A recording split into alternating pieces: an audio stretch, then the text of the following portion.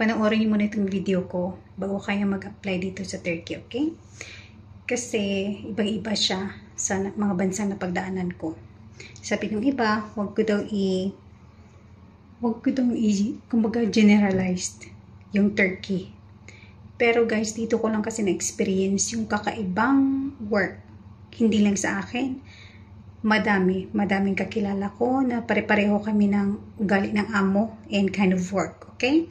So, pag hindi masyadong busy, isa-isahin ko yung mga problema or mga kinakarap ng mga helper dito sa bansang Turkey, okay? Bakit ko nga ba sinisingle out ang Turkey? Kasi guys, ganito, sa circle of friends ng mga amo ko, 3 sila magkakaibigan. So, bali 4 kami na Pinay kasi yung isa, 2 Pinay yung helper niya, yung isang Pinay tsaka isang Uzbekistan. So, the same feather flock together. 3 talaga sila, guys. 'Di ba? Doon sa accommodation namin sa may boarding house, halos lahat 5 helper, pare-parehong ugali ng amo.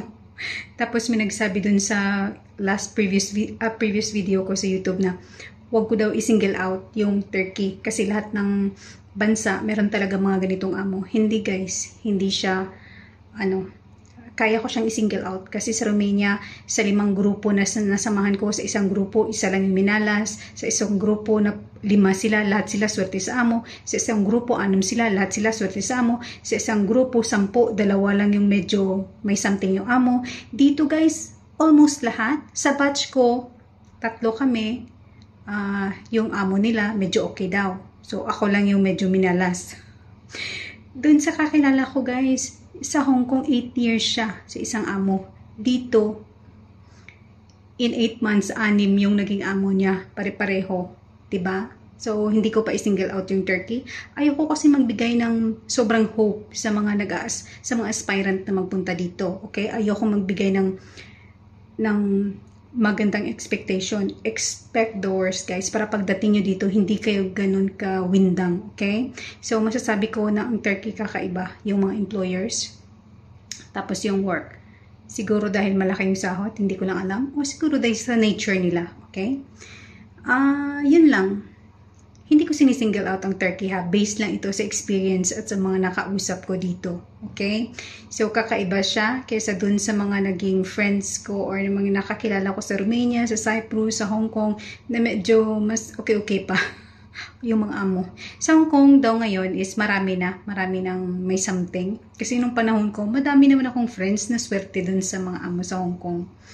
Pero dito, ewan ko na lang. So, be ready. Diyan sa mga nag-a-apply papunta dito, expect the worst para pagdating nyo dito, hindi naman kayo mabigla, okay? So, pag swerte kayo sa amo, thanks God, okay? Swerte kayo. Pero pag malas-malas, guys, tiisin hanggang matapos yung kontrata or pag after 3 months, 6 months, pwede naman kayong maghanap ng iba. Pero ako, hindi na ako maghanap. Titiisin ko lang to kasi baka pag naglipat ako ng iba, ganun pa din yung ugali. So, dito na lang, medyo nag-adjust na ako, nakapag-adjust na. So, tiis-tiisin ko na lang. So, dun sa mga gusto mag-apply, think twice muna bago mag-apply papuntang Turkey. Pero ang Romania, guys, highly recommended ko na pwede kayo mag-apply doon, lalo na Schengen visa na sila. I don't know if I pronounce it correctly, pero yan yung visa nila. Anywhere in Europe, pwede na kayong lumusot, bakasyon, ganyan. So, yun lang ma-advise ko. Sana, bago kayo mag-apply, maraming makapanood nito. Okay? Kasi, para naman ma-aware kayo. Pero dun sa mga nag-a-aspire papunta dito sa Turkey, go. Baka, hindi tayo pareha ng kapalaran, di ba? Kasi meron pa din namang mamabait dito. Kagaya ng sinabi ko, yung dalawang batch ko, nauna lang ako sa kanila ng 1 week or 2 weeks, something like that. Okay naman yung mga amo nila. Okay, walang problema. May friend ako na okay din yung amo niya pero hindi taga dito. Kumbaga Iranian yung amo niya. Mabait naman. So, sa mga aspiring na papunta dito, itry nyo pa din kasi hindi naman tayo pare-pareho ng kapalaran. Doon sa mga papunta na din dito, huwag kayong matakot pero expect the worst lang. Yan na nga. Para huwag kayong masyadong mabigla ba. Kasi pag nag-expect kayo ng too much na, ay, maganda yung mga, mabait yung mga amo, tapos pagdating nyo, iba yung nadatnan nyo, baka hindi nyo kayanin, okay? Pero guys, yung lugar, yung sahod dito is ibang-iba sa iba, okay? Pero yun lang ang kind of work, tsaka yung ugali ng mga amo, almost the same. So, yun lang masasabi ko, okay? So, try nyo pa din kasi iba-iba naman tayo ng kapalaran. Okay? So, thank you so much guys for watching my video today. Kita-kita po tayo ulit next time. Bye!